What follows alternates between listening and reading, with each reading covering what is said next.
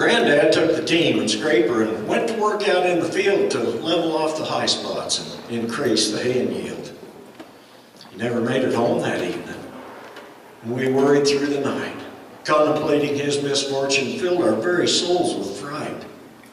We had a pretty good idea of the trouble he was in, so we took propane weed burners and went out to rescue him.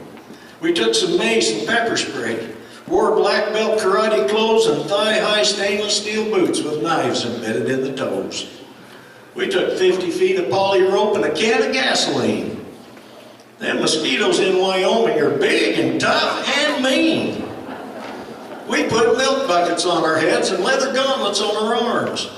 We weren't taking any chances with them horrifying swarms, and then we went hunting Granddad, though with agony of mind, conjuring up visions of the gruesome things we'd find. When we heard the skeeters coming, we turned the propane burners on and stood back to back together to withstand the vicious throng. They gathered in the distance, forming lines of threatening gray, but they did a double take when we flashed our pepper spray.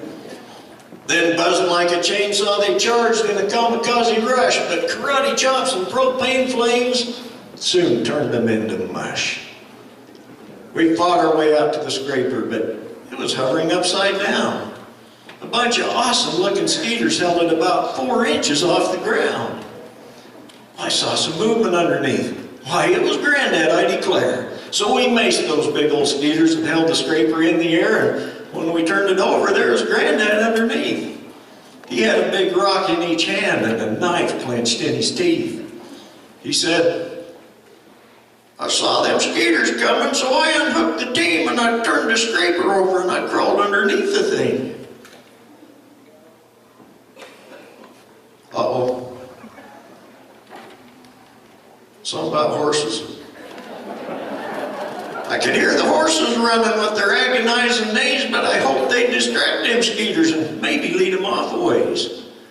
Well, when they finished with the horses, it was almost too dark to see, but they could smell fresh blood and they come looking after me. They drilled holes down through the scraper till their beaks stuck down inside, but I bent them over with a rock before they could puncture my poor hide. Well, they almost picked the scraper up. There was so many fast gone, and I sure was busy bending beaks till you cowboys come along. Well, we tied the rope to Granddad, gave him a can of pepper spray, and we put him in between us and headed back the other way. We found some hay, some horseshoes, some buckles, rings, and snaps. But the only sign of horses was some pooey and some tracks.